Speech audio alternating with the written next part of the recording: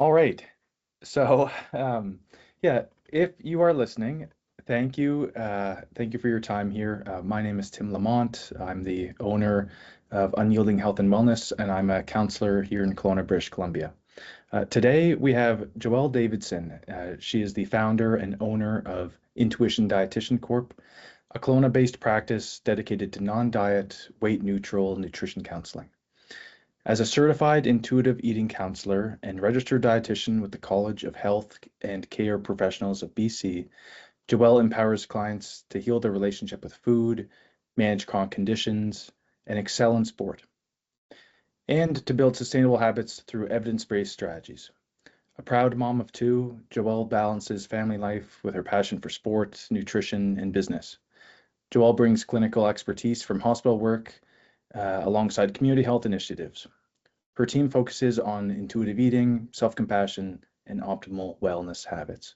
So, welcome, Joelle. Thank you. Yeah, Thank you for thank having you for me. being. Yeah, thank you. Thank you very much for participating in this.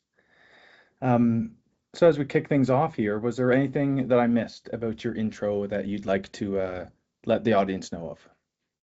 I don't think so. That kind of sums up right where I am in life right now. You see, Perfect. I got two young kids and my business and working some clinical work as well. So that's currently, yeah, the current state of things. Okay. So the three legs in your life are your personal business, the family, and clinical hospital work. Yes, I would say that's Okay. accurate. How would you describe to a total stranger what you do for work? Well, I do this frequently. If you're out at a party as a dietitian and someone mentions or asks you what you do when you say you're a dietitian, quite often the response is, "Oh, don't look at what I'm eating." So often I say that's actually not my job. My job as a dietitian is to look at you as a whole person and see what foods are best for you.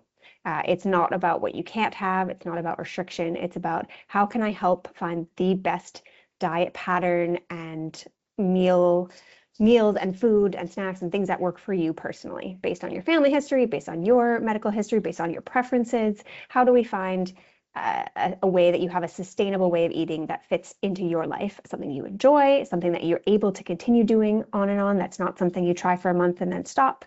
And so, yeah, it's about the food and it's about feeling good about the food. Okay. And not as much about scalding people or Correct. anything like that. Okay. Yeah, it's not you come in and I'm your school teacher telling you get a C+ for your nutrition intake for the day. It's what can we add that's going to be beneficial for you? Or do you have a new disease that you've just been diagnosed with that now we need to make a couple shifts? And how can we shift what you're eating to work better for you? And then how can you find foods that you enjoy and how can they fit into your life? I think I'll get into it later, but all foods fit in my world. And so a lot of people think, oh, dietitian's here to say, don't eat this and you can never have that. And that's not the case. In my clinical work or Mhm. in my private practice work, it's all about just tailoring nutrition to you personally. Great. Thank you. Now we'll kind of get into it then, like unless there's anything else you'd like to describe about your current role or your career. And Um, just kind of the surface level aspect, because we'll certainly get into it a bit more nitty-gritty here going on. Yeah, yeah. So I guess from my like a clinical perspective, like my work at the hospital is different than my work in private practice. In private practice, I'm sitting with my client or virtual in a call like this, and we're talking about their nutrition goals, their lifestyle behaviors. In my clinical setting, that's a little bit different. I have a much shorter time with my patients being consulted because in this acute phase of life, they're in the hospital for some reason, and we're trying to optimize their nutrition there at that state of time. Maybe they haven't been eating Okay. well for weeks leading up. So I'm there to diagnose malnutrition, to say, okay, this person is already malnourished, and what level of malnutrition do they have? And then what can we do? What kind of care plan can I put in place to prevent it from worsening and to help it improve? I wouldn't do that sort of malnutrition assessment in the community. More community-based work and private practice is more about like intuitive eating and the relationship with food and finding ways to improve what we're already doing. And most patients are very, very well nourished seeing me in the community Yeah. versus in the clinical hospital setting. Okay. What about the third leg of the stool, like your home life? Mm. What about it? Sorry. Yeah, yeah, like just briefly, like what's it like there at home for you? Like what's your role as a mom? Oh, gotcha. Yeah. So yeah, I have two young girls. One is 8 months and one is 3. So, very fortunately, both myself and my husband are off on parental leave right now. At the same time, we lined it up later on in my maternity leave. So, we have this amazing few months at home with all 4 of us and our dog, which has been absolutely lovely for us, for our 3-year-old. She's getting all of this amazing time, and we've started to do some really cool family traditions, having a time where we all come together before dinner and hang out in our living room. Our mornings, we have our morning coffees by the window, and my daughter has her steamed milk, and we have these like little rituals that have been happening, and these little habits that we've gotten into, which have been really, really nice. So it's going to be a bit of a transition for me when I go back to my clinical work a little more regularly. But for right now, we have this nice, beautiful window to spend time with each other. Oh, congratulations. That sounds like a wonderful break from the reality of the work-life balance. It's a bit more life, it sounds right now. You're getting Yes. to engage in that a bit more. Yeah, yeah. And still seeing like some clients on the side and doing some work. But it's been really nice to have that, intermittently versus being, again, more heavy on the work side of things. Right. All right, thank you for that. So now we're kind of gonna get into it a little bit. So this first batch of questions is geared to some of your early life and some of the foundations of how you came to be. So, what was your upbringing like? I think that's a big question. Yeah. My upbringing, I'm from Alberta, and my family moved to New Jersey in 1994. So I was just about to turn 5 when we moved down to New Jersey. So that's a very different upbringing than most of my friends that live up in Canada. Growing up in the United States, growing up in the New England, Northeast area. Family values are very important to me, and I had an amazing family growing up. My parents moved there for my dad's job, and our life at the time just took us there. It was supposed to be for a very short time, but we ended up staying longer and longer and longer. And then because we were in school, all my siblings and I ended up staying down there and going to different colleges within the United States. And so yeah, I grew up in New Jersey. I went to college in Connecticut for 4 years, and then came to the realization that I really loved Western Canada. We would always come back to visit every year. It was our family vacation, was to come back and see family and friends in Alberta. And I just knew that I wanted to be back here. I knew I wanted to go back to school at some point and continue on with education.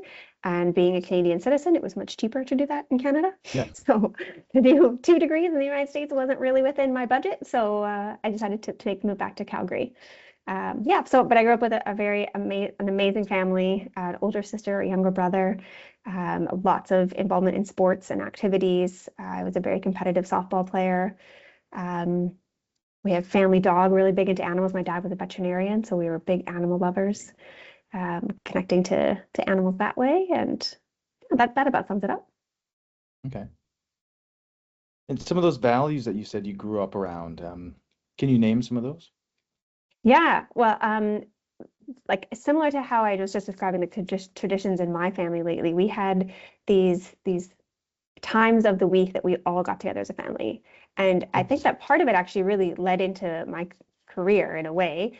We sat down for dinner every single night together. Unless we were out at sports or events, family dinner was a big thing, and Sunday brunch. I don't know how it started or when, but I vividly have these amazing memories of all of us at the brunch table on Sunday morning. Dad always cooked, and we, had a rotation of things that we had. And so I guess connectedness would be the word that I would describe for a value is, just sitting down and having the conversation and being around the table and being able to share things that were going on in our lives and staying connected as a family. That would probably be a big one. What would be another one that if I had to like name it specifically?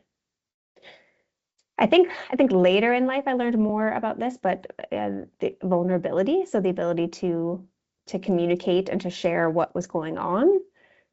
My parents were very open to us being able to come to them with issues and how we were feeling, which is a great experience for a child to be able to have that and to have the support that you need in those really tough moments. If you had a really bad ball game and you lost the game, you could know that you could go and give your mom a hug and cry into her shoulder, and that was the best thing in the moment. So the support of family and friends was a big one. Even though a lot of our extended family was in Alberta, we still made the time to stay connected, and we still had a lot of support from them and throughout our lives. I guess those are the ones I can think of right now. I feel like there's so many more. Like I feel like I grew up with such amazing values, but those are the ones that stick out the most. It was connectedness and vulnerability. Mm-hmm. Yeah. Which I think helped me like really develop a really amazing set of like emotional intelligence skills. Okay. Were there any challenges along the way as you were up, like, and I suppose notable ones or ones where you can almost like a linchpin, if you will. Any big challenges as you were growing up? Big challenges. Maybe not as I was growing up so much. It's interesting when you look back, sometimes, you don't remember all those like, sometimes there's like those really, really vivid memories that you have. And then there's sometimes those like the rose-colored glasses, you're like, that was all great. The Yeah, it whole, the was a whole learning time was, yeah, experience. yeah. Yeah, and it's interesting because if I hadn't moved to New Jersey with my family when I was young, like I don't know where life would have taken me right now. Like my Yeah. family still lives in the States, and so things would be so different. So I don't know if it was a challenge, but maybe that's just a turning point in my life. Like when that decision was made for us to move to New Jersey, that was like, the path could go this way or this way, and that's the way that it was chosen for us. Yeah, I don't know that I have like one specific moment that was like a big challenge. I think like any child, I had my challenges within my teenage years of really difficult times with teammates on my ball team and disagreements and learning how to be in a group setting like that with each other all the time. We played almost year round, and so it's a Oh, set of wow. people that you were with. You were training in the winter, you played high school ball in the spring, and you played all summer long. Um, yeah, so like little challenges that you learn as you grow up and things like that. So Yeah, some growing pains then, those yeah, types of things. Yeah. yeah. Just as you learn like who you are and how you fit in or how you belong to like what areas. Like, are you just trying to fit yourself in to be someone different in that setting, versus like, oh, I really belong with these people. This people, I just feel like I'm at home. So learning how to navigate that as a child. Yeah, what things will animate me, and am I okay with that or not, or what's true to me or what feels false, like figuring all that out. Yeah, yeah. Would your younger self be surprised that you are here doing this interview right now with all these roles in your life, a mom, a dietitian, a clinician at the hospital? I don't think so. I think that my younger self might have said, oh, didn't know that we would go the dietitian route, but knew we'd be in a hospital. I've always found medicine very fascinating and interesting. Uh, Becoming a doctor was on my list for a while. Becoming a physiotherapist was on my list for a while. There was all these different healthcare professions that I was interested in. And then I've always wanted to be a mom. That was like, I had more baby dolls than I knew what to do with, I think. I babysat since I was able to, like, had the right age to do the babysitting course to be able to babysit. I took a little hiatus when I moved back to Canada before I went to school to be a dietitian, and I nannied for a few families in Calgary that were absolutely amazing, and I'm still so connected with them. And that was my job. I just worked doing childcare for these families, and so having my own kids now, it's like exactly what I would have envisioned. Great. Okay. So you said there, maybe not dietitian, but you knew for a long time you're going to be in healthcare of some sort, have a family one day. That's been a long time you've known that. Mhm. What was the moment where you went down the path of dietitian as opposed to being a doctor or a physiotherapist? Yeah, so it's actually a very interesting story, and I'm gonna share the exact moment that I knew because Yeah. my dad, if he was still here, he unfortunately passed a few years ago. He still would like joke with me and like make fun of me for making this mistake because of like how hardworking I was. I guess hardworking was another family value that we learned. But I took the route to become a doctor, and I wrote my MCATs, and I actually applied to the University of Calgary for the medical school. And in doing my whole application, I forgot to release my MCAT scores from where I took them in the United States to this university. So because I didn't like do that one step in the entire application, they threw out my application and said Oh, like, try geez. again next year. And it Oh, was honestly this like, okay, that's not for me. Like it just was maybe I was like trying to force this and it wasn't actually, I wasn't as passionate about it as they might have used to have been. And so I was like, I think this is a sign. And I took the moment to like, I'm going to see what else I could possibly do.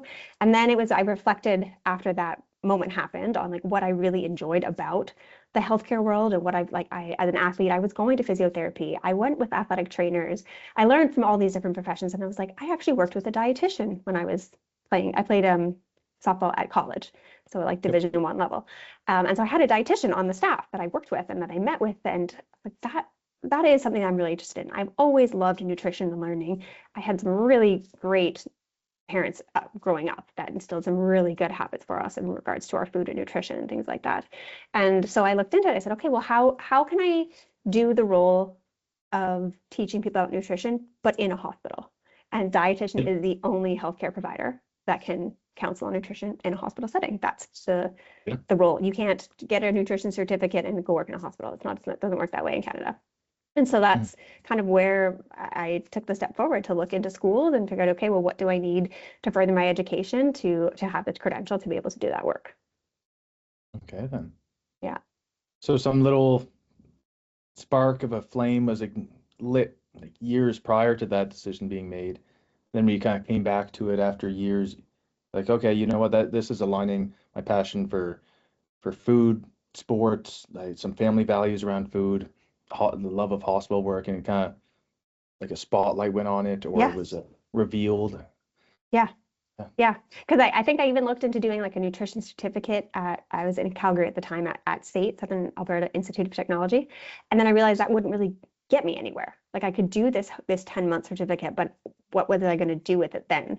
And so then I continued to like look into it. I'm like, yeah, this is what I want to do. I want to be a dietitian. I want to work in a hospital. And bonus, I have way better hours than a doctor would. I only work 8 to 4. This is going to be great. So that was when I was like, hey, I put in my applications to a few different schools in Western Canada to go back to school to be a dietitian. Mm-hmm. Then here we are. And here we are. Great. 8 some years later, after graduating. Yeah.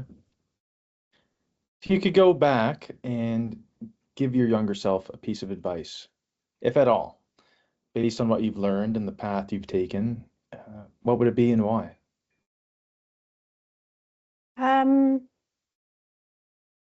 I feel like I have a couple. I think the one that comes to mind at the top is to believe people when they show you who they are. I've come across from living in so many different places. There's a lot of people that I've connected with, different relationships that I've had, friends, partners, things like that. And I'm often someone who gives the benefit of the doubt and maybe looking back too often.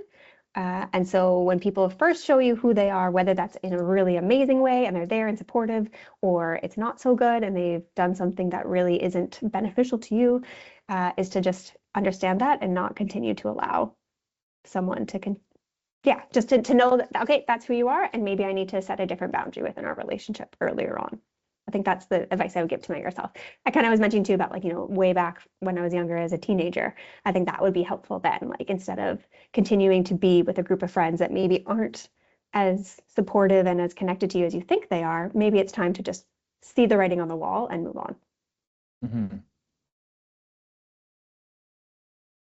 I wonder if you would have seen it at that moment. Like No. it's always an interesting question because it comes with the benefit of hindsight. And so Of course. Yeah. but yeah, boundary setting, then you kind of say like single out boundary setting, identifying maybe the truth in a situation or the intentions of other people, figuring that out or believing it.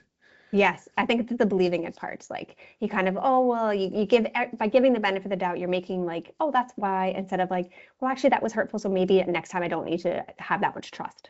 And I need to just keep things closer to my heart.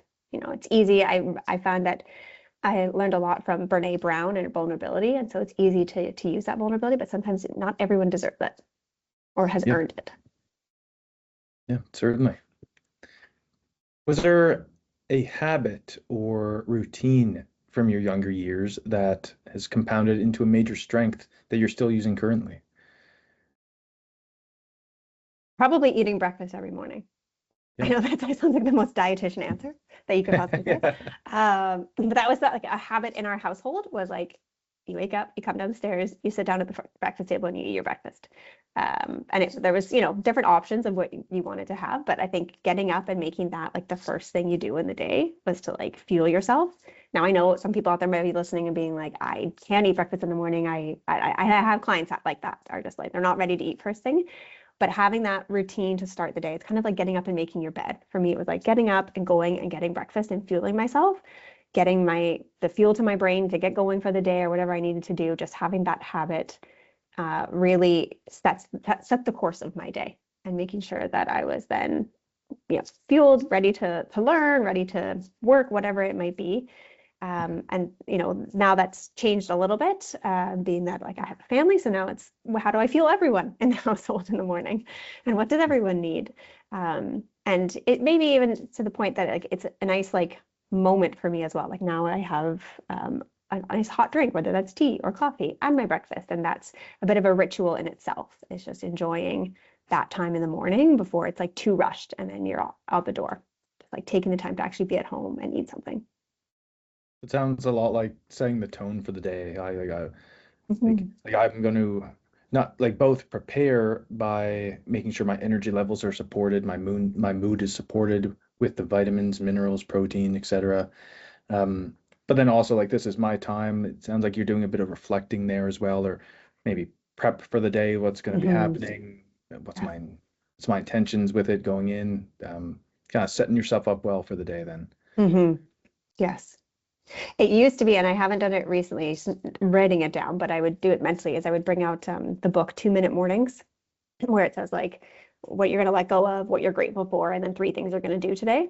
So that used to be a part of my like breakfast routine. It's actually, maybe I should try that with my kids too. But it was, so now I might do it mentally rather than actually writing it down while I have Yeah. that morning ritual happening. Okay. That's a good one, actually. Yeah, like a little 2 minute breakfast or two Yeah. minute. 2 Minute Yeah, Mornings, yeah. And there's a really cool book where you can just like write it down. I have the book, I just haven't actually written in it since I had yeah. kids. Oh, there's this interesting thing. It's kind of reminding me of it. It was on a podcast I just seen the other day, or heard rather. But it was this gentleman that was he works for the Center of Emotional Intelligence or something like that. Okay. But he was saying, you don't need to constantly be thinking of your emotions like that would tilt into rumination and such. He was like, really, it's just if you can kind of think like as you kind of go about your day in chunks, the morning chunk, the afternoon, the evening, or this meeting that you're going into for the next 2 hours. And it's like, okay, before you walk through the door, how would I like to be emotionally in this meeting? What am I feeling now?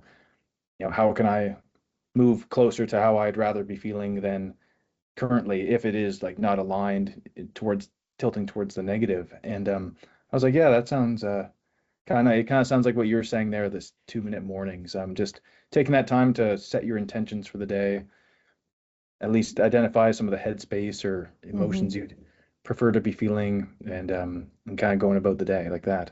Yeah, for sure. And sometimes, emotions from the day before or something that's happened bleeds into the next day, even after Yeah, sleep. You're like, I still feel something's off. I just don't feel right because of what might be going on. So it does allow that moment to like, okay, I need to forget, let that part go, and like actually thinking that this is how, like you're saying, how do I move into a different way of feeling? How do I want to show up to my work feeling? yeah, definitely. So I know this one's somewhat adjacent, but you mentioned the importance of boundaries, like as a key lesson perhaps that you learned from earlier in your life. Mhm. But was there anything else that you learned during school or self-study, that you'd like to tag on to that? Hmm. Can we come back to this one? I feel like Yep. I reviewed these No, wait. questions beforehand and I had something really good for that, and now it has gone out of my mind. Yeah, that's more than okay. Was there any person or any thing or event that was a major influence during your learning years? Yeah, a few things. I went to school in Connecticut and then at UBC in British Columbia. And there's a couple of professors that I like vividly remember, and like I might not remember their names actually, now that I say Yeah. vividly. I do remember the name of the one at UBC, but I had a professor, because it was a while ago that I went to school in Connecticut. But she was my sociology professor, and I was in the like health sciences realm. I was doing a degree in biomedical science. So I was doing a lot of biology, microbiology, chemistry, organic chemistry, all that kind of stuff. But I had to take these couple of arts courses as part of my degree. And so I took this sociology course, and it was one of the best classes I've ever taken. And we were talking about big things like how do we fix poverty? And how do you fix the school system? Like these big sociological questions, and like how do you break that down? And it was a nighttime class, so it was like a 3-hour class, 6 to 9 p.m. or something, 6:30 to 9, something like that. And she had no presentation, she had no PowerPoint, no slides to go through. You weren't taking notes. She just stood at the front of the class and talked to us. And it was as if like 2.5 hours went by in no time. It was so engaging, and we did like different breakouts to learn, and it just showed you that like these are huge sociological issues that are not really solvable in a way. Like it takes so much time and things like that. And she also very uniquely was like, here's all of your coursework for the semester. Here's all of the things you need to do. Here's the paper you need to write. There are no due dates. You can do them whenever you want. I don't suggest you wait till December to do them all, because you're not going to get them done and you're not going to do them well. But here's the things. And we had to write a research paper. And so she was very open to feedback. And I felt the most motivated to do my work because there was no deadline. It was like, this is when I can do it on my own time. It's interesting. She just made it so fun. And it really changed like how I approached all of my other classes after that, I think, and how I approached my like deadlines, knowing that I had this experience where there was no deadline. I'm like, okay, well, I can get started earlier, because that's what that taught me. Like I can start my research paper and send in a rough draft to her. And I think it made me a better student in general. And then it just made me a better worldly person, learning about all those sociological issues. So again, not really related specifically to my degree or my learning or what I was doing, but taught me so many other important lessons. Yeah. Yeah. Just like how the world works in general then. Yeah, yeah. And like, and Or the like, issues you see on the news, like that's the very small tip of the iceberg. There's so much going on underneath. yeah.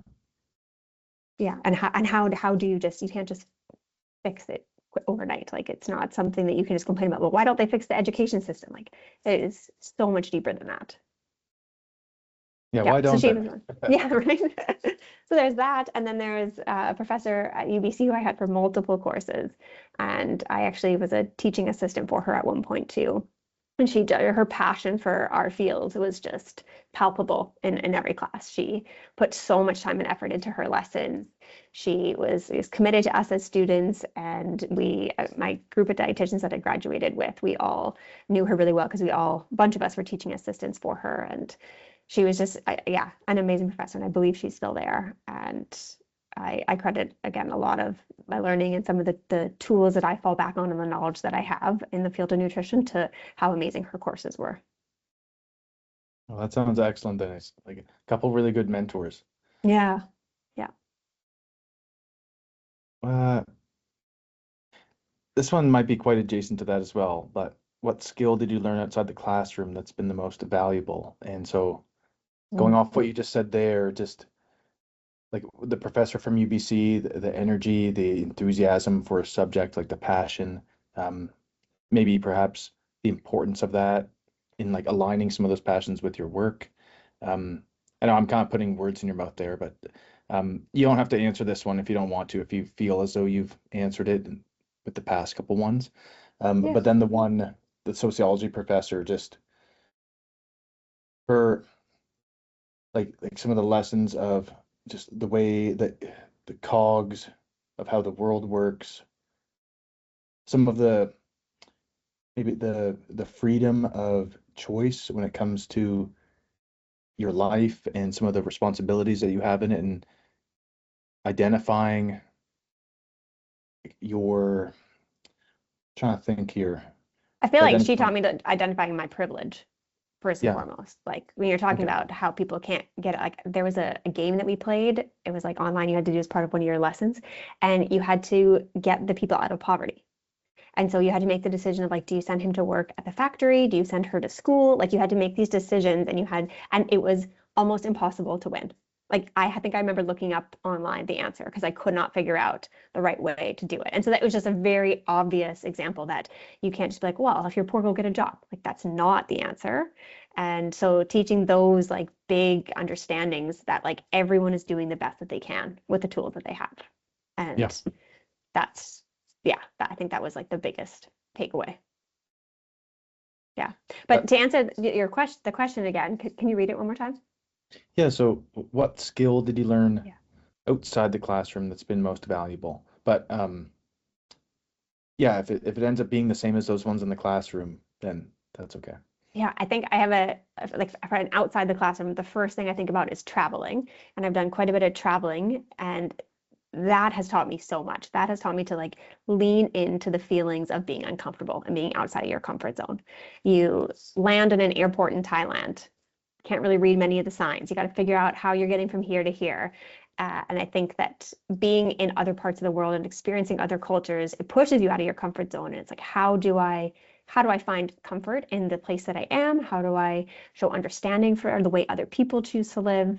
So any young students that tell me that they want to become a dietitian and they want to apply, I always tell them like, go travel, go learn how to be out there in the world doing other things. Because once you go through the schooling to be a dietitian and you come into your practicum, you're put in these different settings. You're in the community, you're in public health, you're in the hospital. And every time you're in a new uncomfortable situation and it's out of your comfort zone. So how do you become comfortable in an uncomfortable situation? You get a new job, you're with a new team. That's going to be uncomfortable until you've gotten to know everyone. So how do you approach that? And how do you start to make connections to make it your comfort zone? I think that's like the biggest learning I had was doing all that traveling. It set me up really nicely for coming into my internship year where I was in all those very uncomfortable positions. Okay. So some proactivity then, and facing the unknown and facing it head on and figuring it out as you go then. Yeah. Yes. Okay. We've talked about what sparked your interest in your field, the team dietitian from years past, and the how it's aligned medically. A breakthrough moment when you first identified your current role as a good fit. You've mentioned your passion for working in hospitals and your passion for being a mother and for being a dietitian in general. Maybe could you speak to your current role as a business owner and branching off into private practice, and Yeah. maybe what brought or what interested you about that? Yeah. So as I mentioned, I thought about all these different other health professions that I wanted to do before I came into the field of dietetics. And during my schooling, we did a mixer at one point where we got to know all the other allied health. So we had like, the OT, the social work, speech language pathologist, all those different allied health that we work with. And it really was interesting to me to see like, oh, so there's all these other, we all have these little all these things that we bring to the table. And it's really important in my clinical work that we all literally sit at the table together and do rounds and how can each of us help this patient to get home. So anyway, part of that helped me gain an interest into like the private practice world and wanting to work at a clinic, at like a multidisciplinary clinic. I thought that would be very interesting. And so when I first graduated, I got hired on at the hospital and I got a job at a clinic in town that I still love, active care health. So I started there right after I graduated. And so there was massage, chiro, physio, all in under the same roof. And so that's where I started. And I remember telling some of my friends, oh yeah, I got this job at this clinic. They were like, that makes sense. I would absolutely see you doing that based on what you've wanted to do for the past few years that we've been in school. And so that's where my like private practice started, was working at that clinic. And as a new dietitian, I was kind of like finding my way. What do I want to do? What niche do I want to be in? What's the type of clients that I want to be seeing? And then COVID happened. And when the pandemic started and clients dropped and we realized we could do virtual, I decided to move out onto my own and make my own company. And at that point, I had also realized that intuitive eating was the path that I wanted to take with clients. That people coming in, that there's no good research for do this and you lose weight and keep it off. Like 5% of people that go on a weight loss journey maintain it. And I wouldn't say yes to a drug that had a 5% success rate. So I didn't want to be giving people this, oh, do this and this will happen, when it's not, I can't control that. I can't control what your body will do. What I can control is how you feel about food and the emotions that come with it, and making sure your plate is balanced and getting all the nutrients that you need. And so I kind of delved into this intuitive eating world and did the certification and learned a ton about food relationship and all the external factors that tell people how to eat when really we need to be listening internally, and how to coach clients through that. So I moved out on my own and started my own company, got my own office space. And then over time, it has evolved where I just had too many clients coming in, and I was also working another job. So I had to say no. So I brought on another dietitian that had moved back to town. And then a third one had connected with me about moving back into the field of dietetics. And so then I brought her on, and it's kind of just continued from there. I have this amazing group of dietitians that I work with, and all of us have other jobs. And so we all do this clinical or this private practice work part-time. Mhm. And I think that all of them love being a part of this team. Like we're connected, we have each other to ask questions, to share resources, it's just nice to be a part of a team. A lot of dietitians work in solo in long-term care homes here or there. In private practice, it can be very isolating.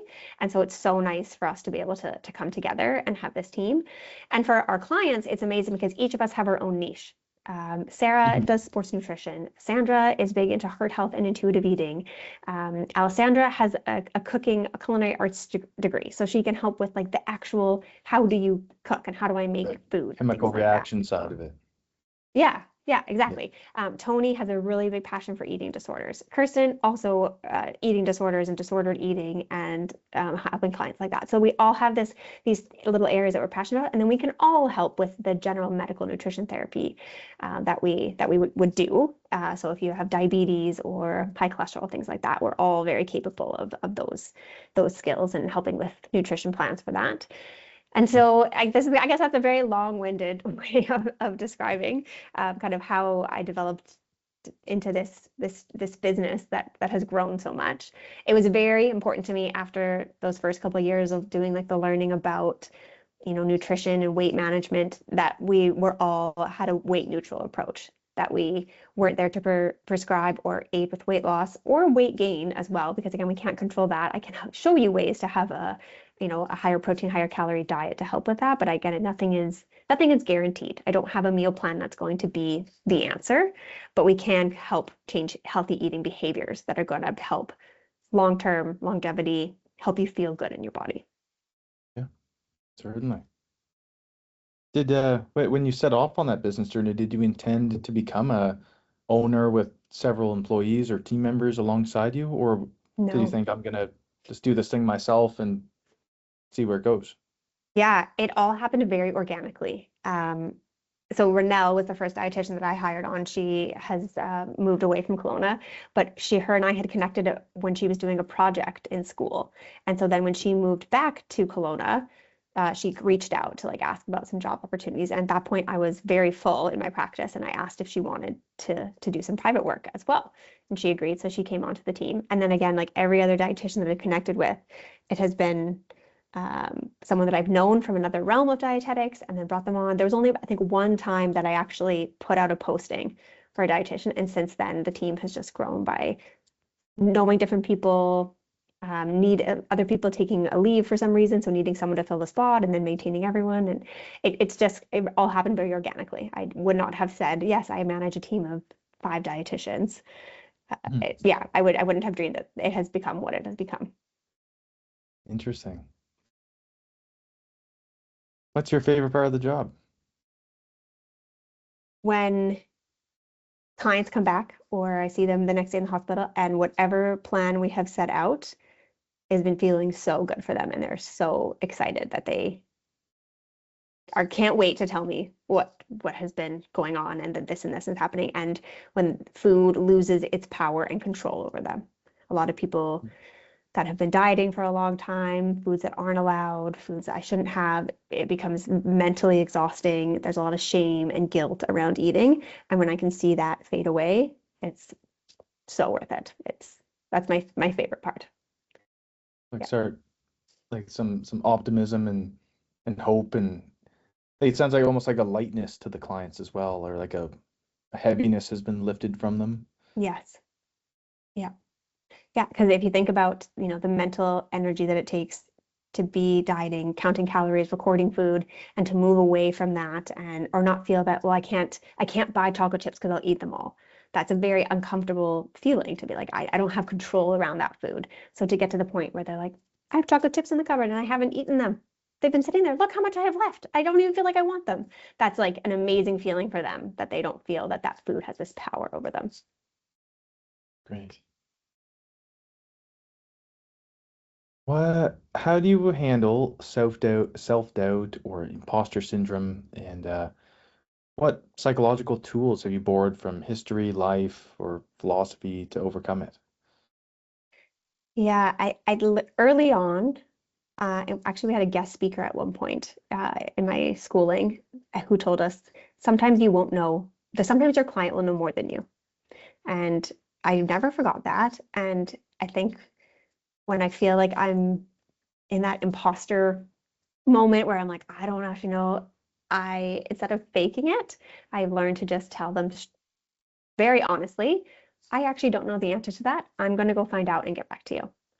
And I use that actually in like my teaching with the students that come through now is like, it doesn't matter if you know it right in this moment. I care that you know where to find the answer because that is more important. And lying to someone or trying to make it up and it's not accurate is more dangerous than being like, I will find out and get back and we will figure it out then. There's a lot of times that still comes up in my work. I can't know it all off the top of my head. It is hard for me to remember all the food sources of folate and iron and B2. Like it's just not all in my Yeah. brain, but I know where to find the answers and I know the handouts that we can look at together to go through that and see what we can optimize. So I think that I don't know if that's more of like a philosophical thing, but it's just something that I have definitely used over and over. Is like I can't know everything, and I'm going to be honest to say that I don't know.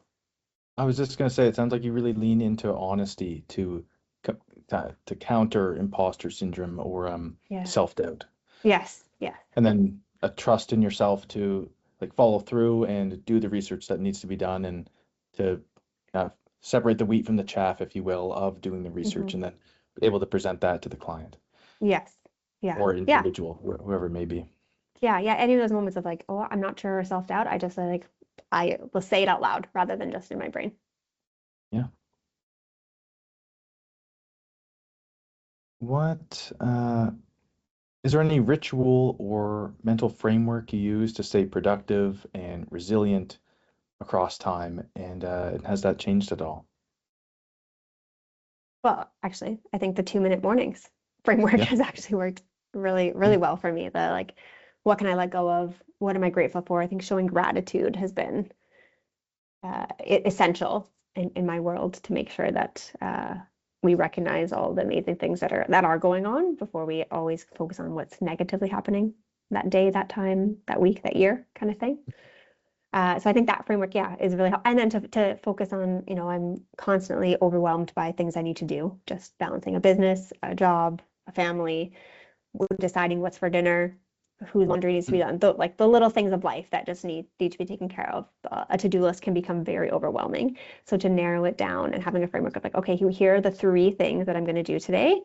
And ideally, one of those 3 things is some sort of movement for health, whether it's having a dance party with your kid or going for a walk or doing 10 minutes of something, physio exercises, like having movement within that 3 things that we're going to do is ideal and is the most helpful for me. And then I don't feel like, well, it's not, oh, I didn't get all these things done today. It's like, look, I got these 3 things done, which is great. So it helps me to Okay. focus. And especially like if it's like, managing business things and things are coming up that need to be done by a deadline. Okay, those go on the list today. Other things aren't on the list of the 3 things that need to get done. So it helps prioritize as well. So really, it's like separating signal from the noise in your life day to day, and just clearly identify like what's 3 things that are the most key things to get done today. The other things might be important, but as long as I get these 3 done, like I'm still moving forward with some sort of momentum behind me, and Yes. just like a steady cadence of accomplishments or Yeah. productivity in some way. Yes. Yeah. I got these 3 things. I feel good about that. I don't have to focus on all the things I still need to do. Yeah. Sounds very Maybe I'll need to start picking out just three things. That sounds a lot more relieving. Yeah, I say this now and like it's funny. This is things that I maybe right now in my current state of life I want to get back to. That's why I'm talking about it. I used to do it really, really well, and with a young baby that's waking up at night still, it's not that I am like actually picking three things out in the day, but I think I'm using Yeah. that framework in a way of like, okay, well, what is the higher priority today to do? It's like kind of generally this might be something too where you've done it for so long, you kind of naturally Mhm. do it. You don't need to write it out kind of formally or whatnot. Yeah, yeah, for sure. Like I would like to do low allergy. I would like to make muffins. I would like to do my monthly payouts. I would like to do da da da da. Here's the things I'm actually not going to make muffins today. That's unrealistic. I'm going to do this. Yeah, making muffins comes with also cleaning up the kitchen afterwards. Exactly. If I didn't have to clean up, I would make food so much more often. Yeah, yeah, wouldn't that be nice? What is your most significant achievement so far, and how did reaching that milestone feel? My most significant achievement. Well, I can't help but think of like you said, like the three-sided stool. Like I feel like I have a significant achievement in each of those Yep. facets of life. Like I feel that a big like it might seem like a small thing, but a really big achievement for me is when I see my kids being kind out in the world. That Oh, feels yeah. like we are doing the right things in our home, instilling the right values in our children when they are going and doing something like that, or they're being polite without us asking, and they're showing kindness in the world. I feel like that's huge. Mhm. In my business, I feel like a huge milestone was when I incorporated and became its own entity. That felt like a big thing that really cool. Like I have this corporation, I'm a business owner. Felt like the real deal. Not that a sole proprietorship is not, but it's now a separate entity. It's its own like living, breathing thing, Yep. which felt like a big, major milestone. And then for my clinical work, I was recently living in Port Moody and then working at Royal Columbian Hospital in New West. And I worked on a unit there, the internal medicine unit, which is also the clinical teaching unit. So there's lots of medical students and residents that come through. And when I was leaving on my maternity leave, we ended up having I had surprised me with a little like going away. And a lot of people said these amazing words about my work as a dietitian and how I've honed my craft and how, dedicated I am to my patients and to the team. And that felt like a clinical milestone for me to be like, I feel so comfortable in this team. I'm a vivid role. I've advocated for this role as a dietitian on this team. Everyone knows who I am. They come up to me in the nursing station and want to tell me things rather than me hiding somewhere else in the hospital. Like they're seeking me out for my advice and my help. And that felt that's where I wanted to get in my career. I wanted to be this integral part of my team and not just a second thought as, oh yeah, well that's the dietitian. Like, no, I am important in this circle. There's the nurses, there's the patient care coordinator, there's the Yep. doctors, there's the physio, there's the dietitian. Like we're all at the table together. Great. And so I suppose with your children, it's almost a uh like an indirect form of you've hit you've hit this goal, like you want to raise your kids to be like polite, responsible, kind people, and they're not out there saying, hey, mom, thanks for teaching me to be kind, but they're being kind, and like through their actions, it's kind of this indirect affirmation that you're doing a great job. At the hospital, it was a bit more direct that, people are coming to me, they're telling me directly like how much they appreciate you, um, the great, excellent work that you're doing. And then from the business side of things, then it was just kind of taking a step up in terms of seriousness, if you will, like Yeah. incorporation. And so for you, the milestones have been, yeah, indirect and direct, like affirmations of the good jobs or the excellent jobs that you're doing. And then on the business side of things, just making a big, like a serious, responsible, if it'd be like investment or uh, Commitment. Yeah. commitment. Yeah. Yeah. Yeah, Okay. for sure. If your life had a before and after photo, where's that dividing line? When I moved back to Canada, Yeah. there's like this before, like getting like my childhood, going to college there, and then this like decision, and then this move. and then everything else after that. As you mentioned, it was right around that time that you chose to be a dietitian, correct? Yeah, Like, so I moved back to Calgary. I wanted to be a resident of Alberta to apply to school. So I yeah, moved in 2011 and then went to apply in 2012, I believe is how it worked. And so, yeah, it was around then that I made that decision to then yeah. not forego medical school and go a different route. What? What's been the role of support systems in your life? And I know you've touched a little bit on your upbringing with your family, like incredibly supportive, your parents, your Hmm. siblings and such. Commented on how fantastic your team is at your private practice, Hmm. uh, the relationship with the doctors and nurses. Is there any other relationships, either familial, like colleagues, or just friendships in general that you'd like to comment on, and just their roles in your life? Yeah, I mean, my husband he's the support person of my life right now. Yeah. And since we've been together, we got together in 2018, so that's been 8 years now, something like that, 7, 8 years. And when in our very first, like early on in our relationship, we had a couple of very difficult life milestones, if you will. I lost Mhm. my nana and then my dad, and so he was around for those huge moments of grief and difficult, and he was so supportive for all of my family and my dad in his time in hospice and things like that. He's the most supportive of me doing my work and being able to be here talking to you right now because he's managing the family, Mhm. and things like that. And so he's my number one supporter in anything and everything I did. He loves to tell people when we're out that I used to play college ball. He's like the biggest flex that he's like, she played Division 1 sports. Like he's just anything that I do, he's just so proud of and so supportive of, and will do anything to help me achieve what I want to achieve. I'm going to tell this story, and I hope he doesn't get mad that I'm telling it. But one April Fool's, I told him that I wanted to go to medical school. I'm like, I think I missed the boat. I think I really do want to go to medical school, and I want to apply. And I know that changes all like at the next 10 years of our life plan, and we'll have to move and blah, blah, blah. Gave this whole long thing, and he was just like, sounds great. That's very exciting, was his response to me. And then I said Mhm. April Fool's, and he was like, I totally believed you. And then we talked about it later. And he's like, yeah, like in my mind, I was just doing all of the math of like where we would be and how we would financially make it work and what I needed to do. And he just was already in the planning mode when I had said this joke, just like that's how supportive he was. I was like, no, I'm done with school. I've done enough school. I'm happy with what I'm doing. But it is just a prime example of his support and unwavering support in everything that I do. And then other people in my life, I am very fortunate that when I was in yoga, before my first was born, I did this pre-yoga class. I made Mhm. some of my very best friends, and now they're my kids' best friends. She still has this solid group of kids that she loves and are basically cousins with.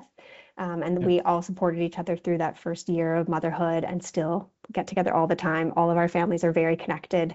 We also just so happen that we all live very close to each other now in town. We're within like 5 minutes of everyone's house, which is Oh, so that's lovely. convenient. So it feels like a very like community neighborhood connectedness. And so that support for the family side of things is essential. You can be there to talk about a tired day. You can ask someone to take care of your kid. Someone can pick something up for you. Like it's so nice to have that village. Mhm.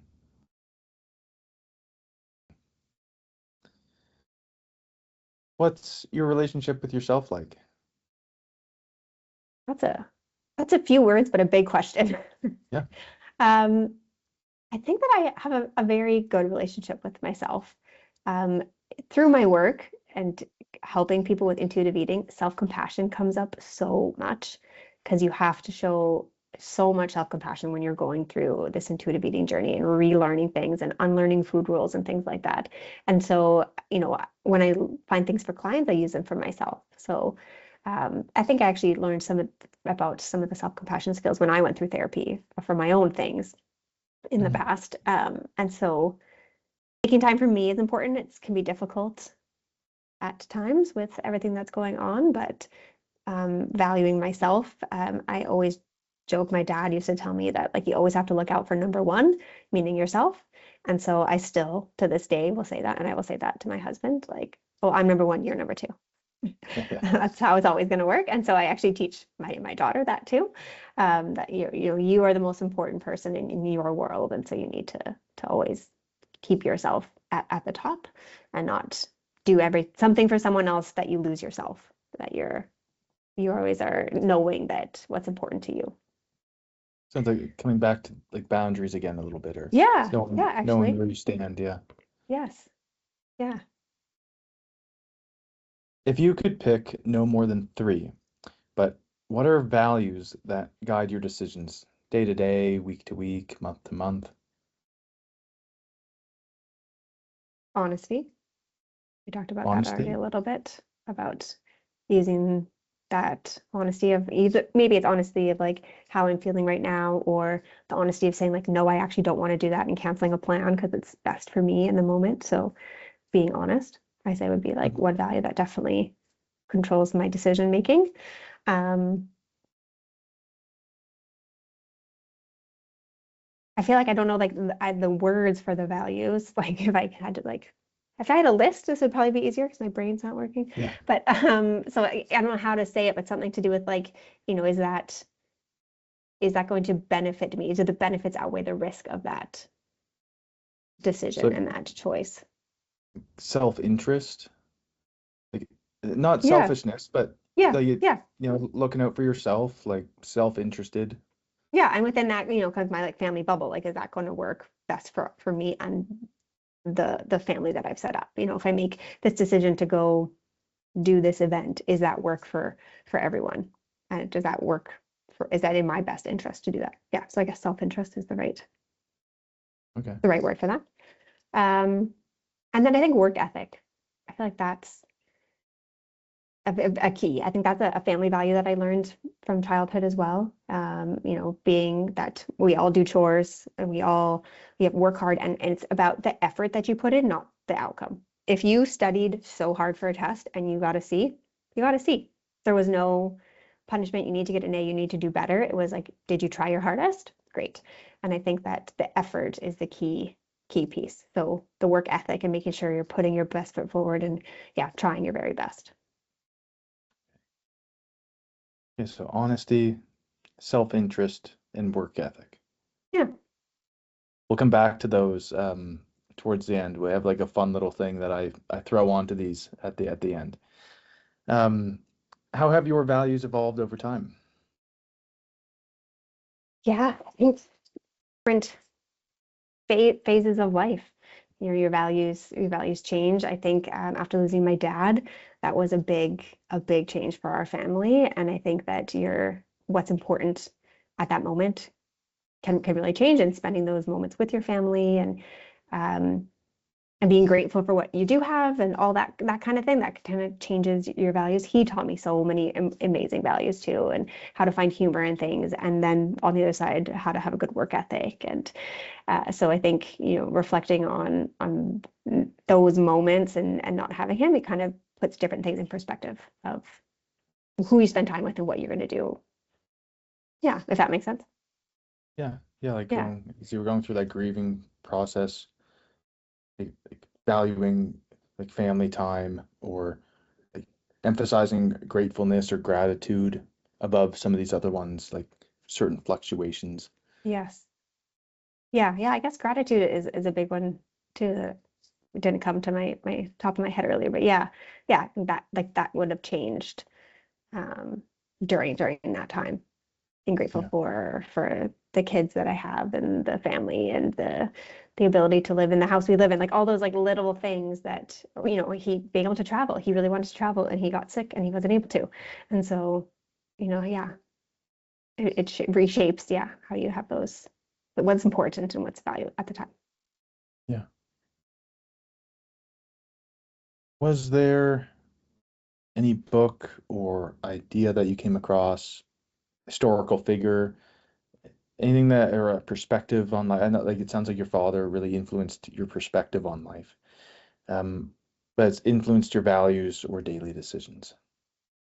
Yes. I think I mentioned earlier, but I read Brene Brown's books, Yes. and those like definitely altered the way that I view things. I think one of the things I learned from her was that everyone is doing the best they can with the tools that they have.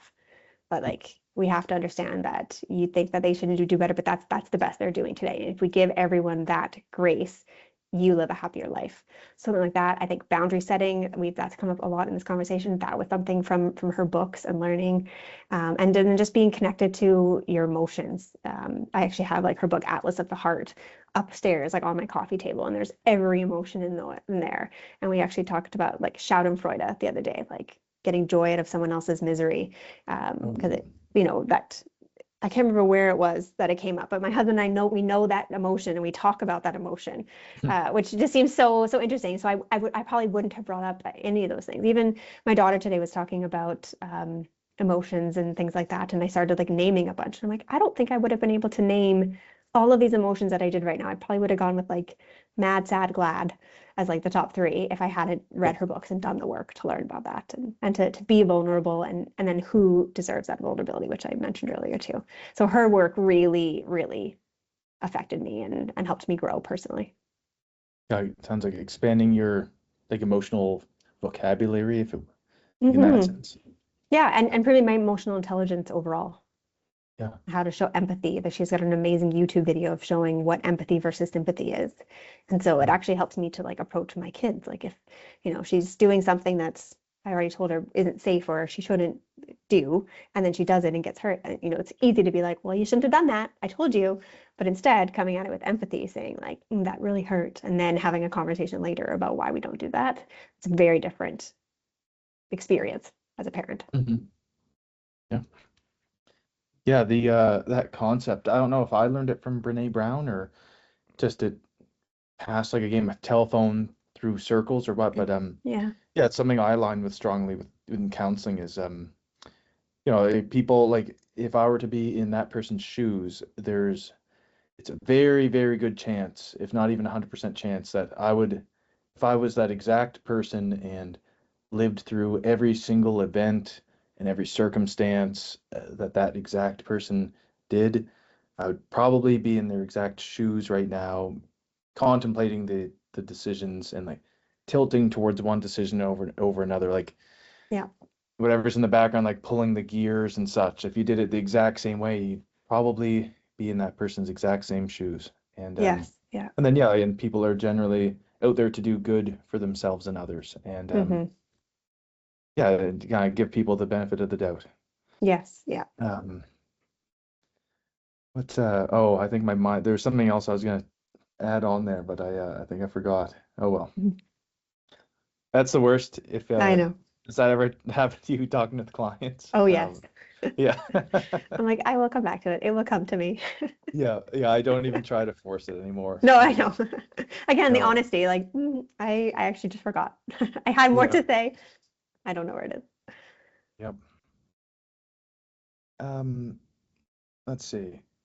If how do you demonstrate those values of yours, like honesty, self-interest, your work ethic, and I'll let you tack on a fourth one, your gratitude. Yeah, okay. I was like, can I switch How one out? yeah, how do you demonstrate those values to yourself and to your friends and family and the community, like broadly speaking? Yeah, I think it's just like how I show up uh for my in front of my clients, how I show up at work, how I show up for my friends. The self-interest piece might not like the other three. I'd say like honesty, Yeah. like work ethic and gratitude. Like I can visibly show those things to my friends. I can do it in my communications again, saying like, you know what, that plan won't work for me. I'm already out of capacity today to do that, something like that. Honesty, and then showing great gratitude.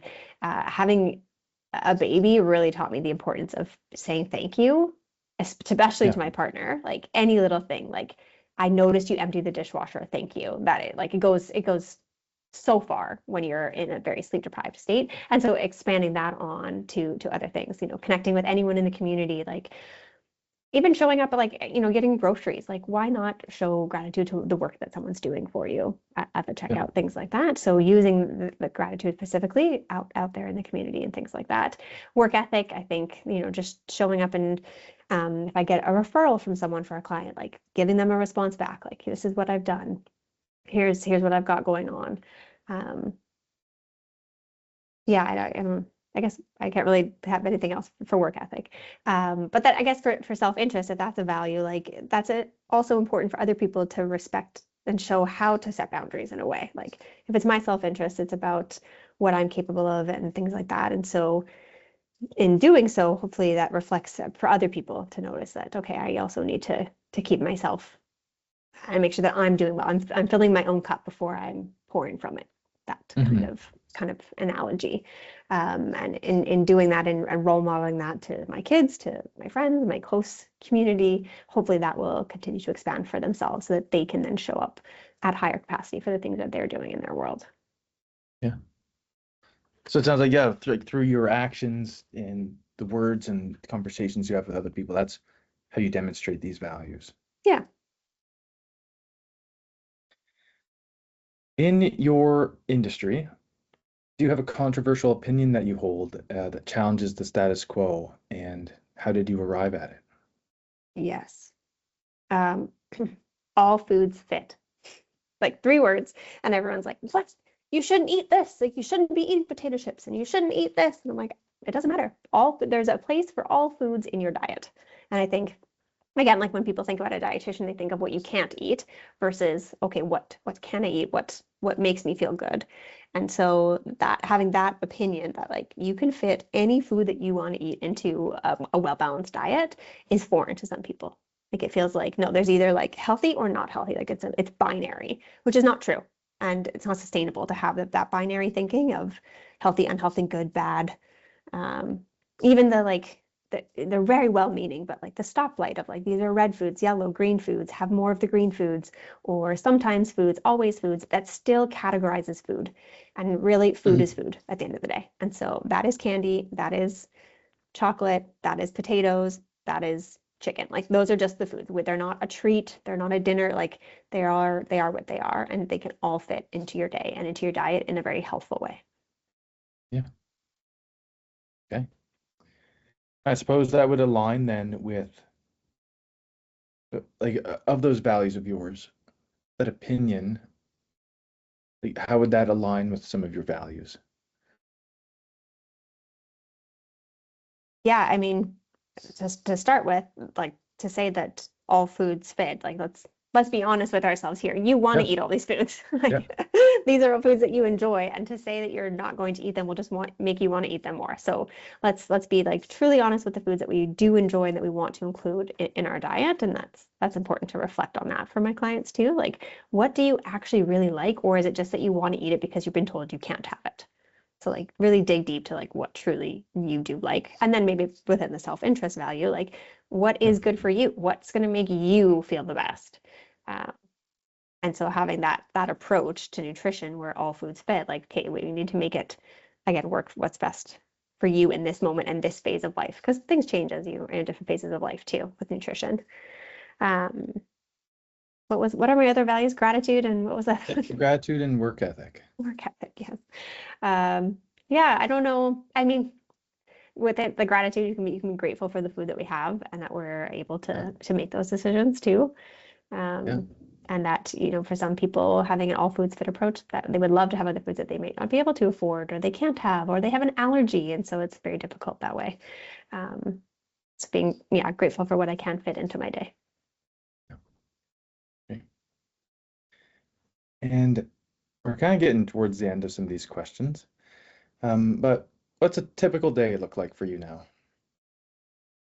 Currently, my day starts with my 2 children in the morning and family breakfast. And then lately it's been a little bit of a mix of if I'm doing something with the girls that morning or if I'm doing some work, then I might go to the office to do a little bit of that, either managing the business, seeing clients, things like that. And then we usually come back together as a family before dinner time. And then we always have a family meal.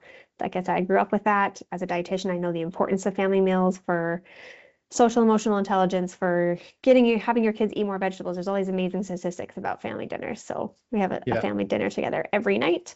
And then it's a routine that we have with our kids in the evening, and then time with my husband after that. Some of that interspersed in there is a bit of work here now and then. Certain days we have routines where we FaceTime certain family members and things like that. But that's typical for me currently. In my hospital work, it was very different. It's very much like, do the morning routine, go to my 8-hour shift, working at the hospital, and then do the same evening that I just described. Yeah. Would there be anything that you'd change about your day to make it the perfect day?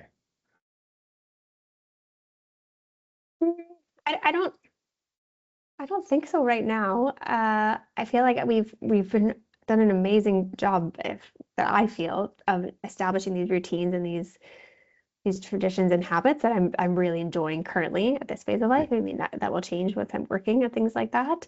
But I think that what we've got going on, maybe if I had to pick something to make it a perfect day, is that I didn't have any surprises come up. So there wasn't anything that like, oh, I'd actually want to do this, or this event changed. Like I'd like to know I'm a planner, and so I want to like I'm having my morning to figure out what's going on today. I don't want something to disrupt that. So I'd like it to go as I'm thinking, starting in the morning when I'm up and eating my breakfast.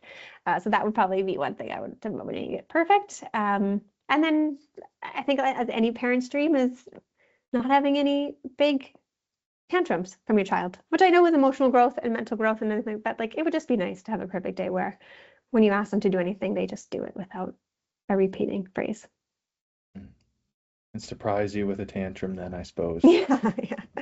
Just like, what's going on for you? You clearly did not get enough sleep or food or something. Like, I need to meet your needs in this situation right now. So I guess if I could describe it in a different way, my perfect day would be that I understand and know my children's needs so I can meet them before it becomes something bigger. Okay. It's like anticipation or something then. Yeah, I'll reframe it that way. Yeah. Are there any passion projects outside of your profession, your family, like any hobbies or projects that you're looking forward to or that you're currently working on?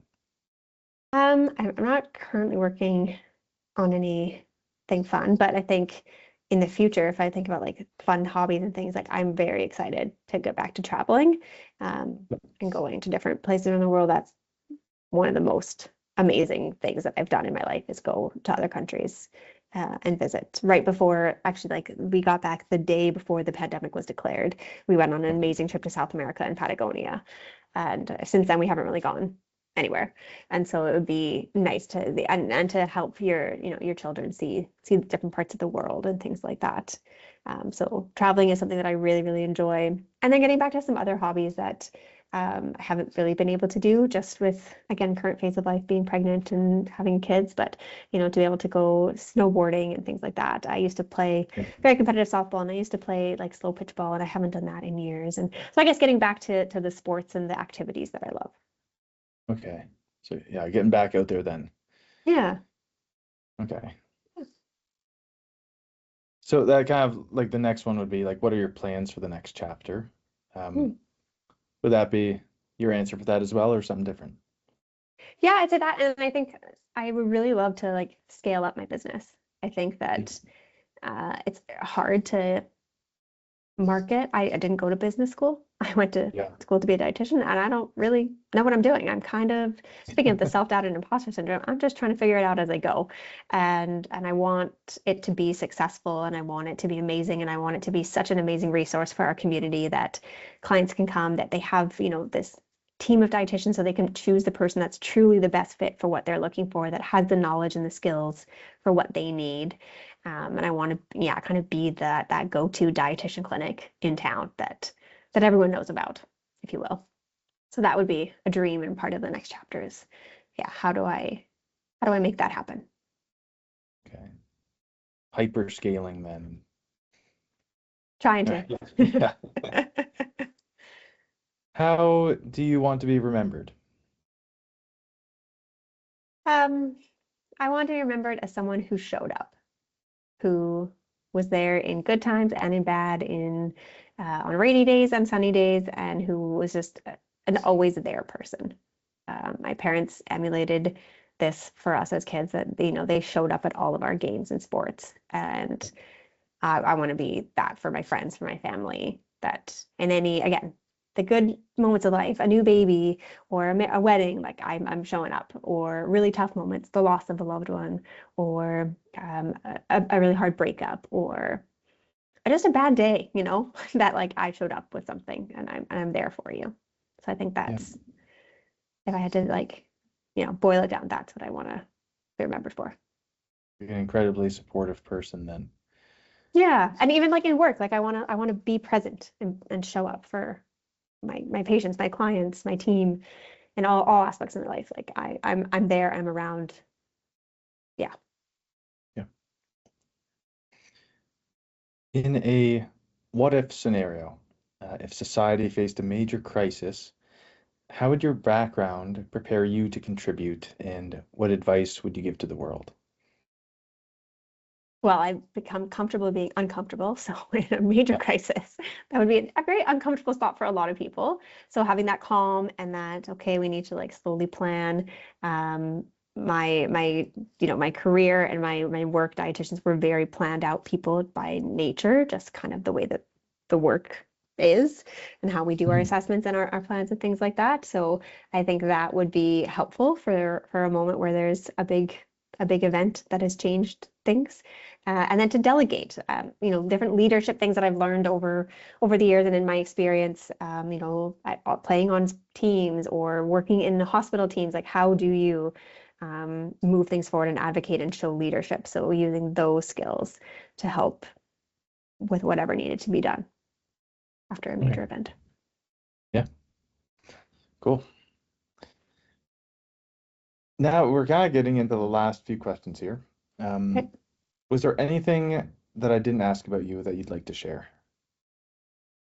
I don't think so. I think that was like a pretty good overview and some really like little examples I wasn't expecting to remember or bring up in this conversation. Okay.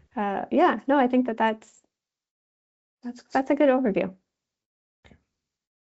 If you could give anyone considering going into your profession, Mm. and whether that's being a dietitian, a mother, a small business owner, someone who's working at a hospital, or going into advanced sports, Mhm. um, if you could give everybody one piece of advice, what would that be? I think it would be to explore and like get as much hands-on experience as you can in a way. Like if you want to become a dietitian, like go work with a dietitian and shadow someone and see what the work is. Learn about the profession, learn that there's so many different things we can do. You can work in private practice, you can work for a long-term care home, you can work in public policy, developing food-related policies. There's so much to do within this profession. So go and learn about it and really take the time to know. Same for, I guess, any of those other like things in life, like that wants to like try a new sport. Well, learn about it. What are your opportunities? Go watch a game, see what's going on. Seeing firsthand, I think, is so valuable, and Mhm. to know what to expect and what to come, and then how you might fit into that world, whatever it might be, whether it's professionally, school, things like that. You want to go to UBC? Go to UBC. Take a walk around, see what it's like, just to get that in-person experience. So like, yeah, experiential learning over like Mhm. totally book learning or something. Yes. Like tilt towards experiential over, what would it be, formal learning, or Yeah. paper Lecture, reading, learning? learning. Yeah. Yeah, Yeah. yeah, Yeah. reading. Exactly. Yeah. Yeah, paper learning.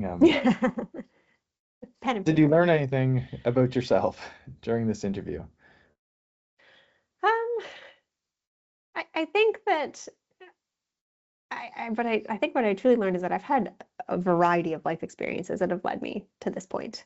Um, and I don't think I actually recognize like how valuable my childhood upbringing was for the path that my career took and for how I'm raising my family. Like I don't think I've actually like talked through that and talked that out loud, like sharing those examples with you. That really has led me to where I am today as a mom, as a dietitian, like all those experiences that I had. This amazing childhood. Um, yeah, led me to here. Yeah, instilling like it was very supportive. You were allowed to be vulnerable, but you had to work hard, Mm-hmm. all of that. And then just like little traditions, little like they weren't even maybe traditions, but like little routines that we had that I look back as like an amazing experience, amazing memory that I'd like look back fondly. Like I want to now do that for other people. Yeah, certainly. That comes, oh, actually, so yeah, you would not have seen this on the questions I sent you because the next one is to set a pay it forward challenge to the next guest to boost their involvement in their own life based on your most prominent values. And so Mm. I have my last guest. Let's see. Let me find my last guest. This individual did not want their interview posted online, and that's more than okay. But she highly valued transparency, authenticity, and depth. And, Mm. and by depth, she meant to make it something more fun or interesting, or to put more energy into it, and Mm-hmm. to look forward to that part of that thing a little bit more. Just how to make it, yeah, this not just a surface level Yeah. appreciation for that thing, but have some depth to it and some layers of appreciation. Mm-hmm. And her challenge to you was, how can you bring more depth to a certain part of your life that doesn't get as much attention as other parts of your life, whether that's social, personal, or just something that's been overlooked for a little while? Well, I would say like I think I mentioned like I haven't done my own hobbies or physical activity for a while, and it's definitely been very surface level. Like, okay, I just did like a little bit here or a little bit there, or I did this for a short period of time. And so if I'm going to bring more depth to that part of my life, it's like, okay, I'm going to commit to doing something for me, and I'm going to commit this time in my schedule to do this thing. Maybe it's simple as putting a YouTube video on or something like that to do it, or committing to like, okay, we're going to make it work this winter where we're all going to go up to the ski hill. We can teach our 3-year-old to ski and we can go snowboarding, something like that. So bringing and making it a bigger, important event rather than just something that I could fit in another time. Okay. I think So that's I what you won't meant by be, depth, right? Like, yeah, like yeah. something that, so you value sports and you value physical activity, and that'd be kind of the one layer to it, I suppose. But as you've mentioned, or as you spoke there, like adding, like how can we kind of connect the whole family and like bring in this layer of we get to go do this and as a loving, fun having family. Maybe that's like another Mm-hmm. layer where you get to merge Mm-hmm. these two passions of yours. And so it's getting a bit, it's not just skiing, it's family time. And maybe, Mm-hmm. how deep can you go with that? Really, it's Yeah. just like Yeah. a Can we bring depth. friends and stay at a chalet, make it a weekend event where we're Yeah, connected, we're celebrating friendship and we have our family and we're making memories and different traditions and things like that. yeah, like really how to make it as deep as you want to go with it, but where Mm-hmm. you'll follow through with it, perhaps. Mm-hmm. Rather than it just And being an idea. yeah, and so I suppose for you, and I won't check in and keep tabs to see if you felt followed through on the challenge, but the challenge is in the ball's in your court now. Yes, yes, yes.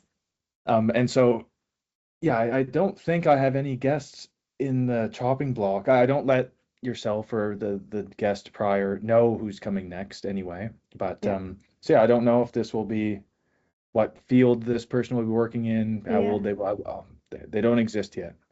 But based on your values of honesty, work ethic, gratitude, self-interest, Mm-hmm. would you have a challenge that you'd like to set forward for the next guest? Mm-hmm. So if I pick one of those and challenge Or them, or just I can create anything with that. yeah, yeah, just if you want to focus on one, by all means. If you want to incorporate more than one, by all means as well. Okay, and then I can create kind of whatever challenge within them that I want. Yep. And really just like you're kind of like how can I get that person in the community to demonstrate or emphasize the values that I really appreciate in life, like through this challenge. Mm-hmm. Okay, so I think I want to say I want to challenge the next person to do a daily gratitude. I don't know if it has to be a journal, but a daily gratitude moment. I could even set a SMART goal and be like, for 30 days, if you wanted. Okay. Daily Like gratitude we have to moment. do a daily gratitude, whether you just like take a moment to think about it or write it down quickly or write it down and put it in a jar and then you can look at it later. Something to have a daily gratitude ritual. And you said for a month. Yeah, I mean, that was arbitrarily picked, but Yep. it takes so many days to develop a habit. So Okay. Excellent. Yeah, I think whoever gets that is going to be filled with gratitude by the end of those 30 days. I hope they follow through with it. I did it one year for an entire year where I wrote something every day and then put it in a jar. And then I had all of them to look at the end of the year. And it was amazing. A Yeah, really cool experience. cool. Yeah, no, I'd imagine, yeah, if you got in that habit, that'd be a very optimistic way of approaching life. Hmm. Um, well, Joelle, I think that is the end of our interview. Um, I'll just do a kind of a sign off here, and then I'll shut it down, and then we can kind of say goodbye, like outside of it, Hmm. outside the recording. But yeah, if I hope if you're still listening at this point, an hour and a half in, that went by very quick, actually, to me Hmm. anyway. Yes.